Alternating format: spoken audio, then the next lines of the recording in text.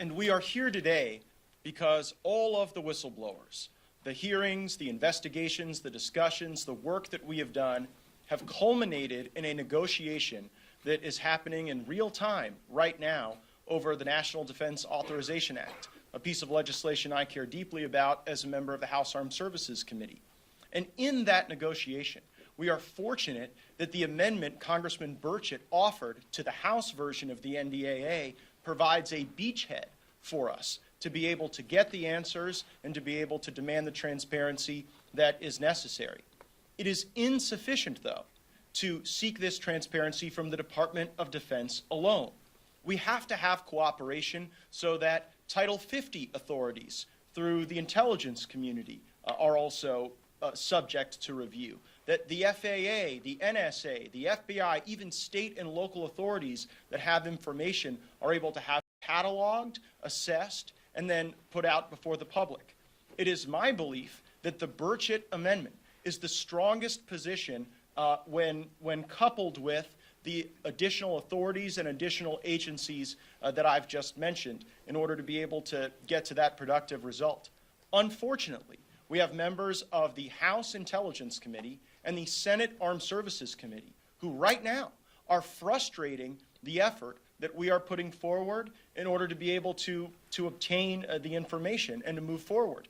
I think it is productive that Senator Schumer has engaged on this issue. He's not an insignificant person in this town, but I am concerned about embracing a disclosure paradigm that mirrors the JFK assassination disclosure paradigm.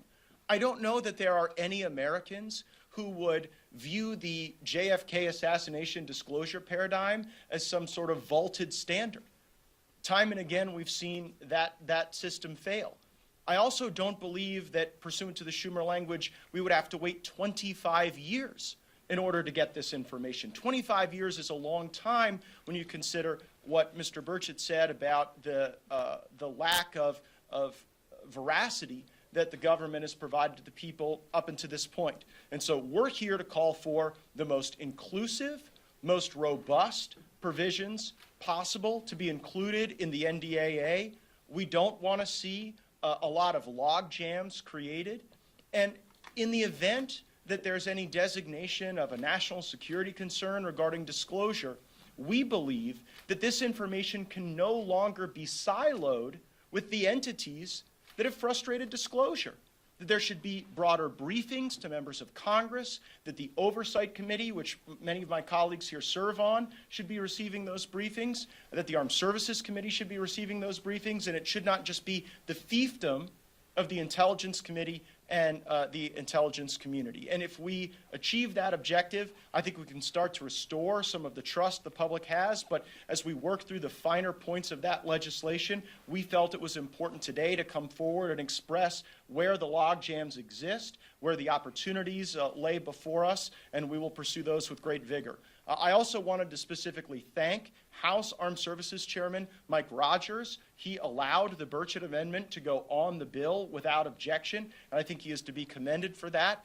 And also when my colleagues, Ms. Luna and Mr. Burchett and I, were at an Air Force base and were told by Air Force officials that we weren't allowed to see information that whistleblowers had expressed to us existed, it was in fact Chairman Rogers himself who personally engaged with the Office of the Secretary of Defense and gave us the opportunity to view the images that were taken by pilots of some of these unidentified aerial phenomenon. So work to be done, but we hope that this gives you clarity as to what our goals are, how the scope and depth of the mission ahead.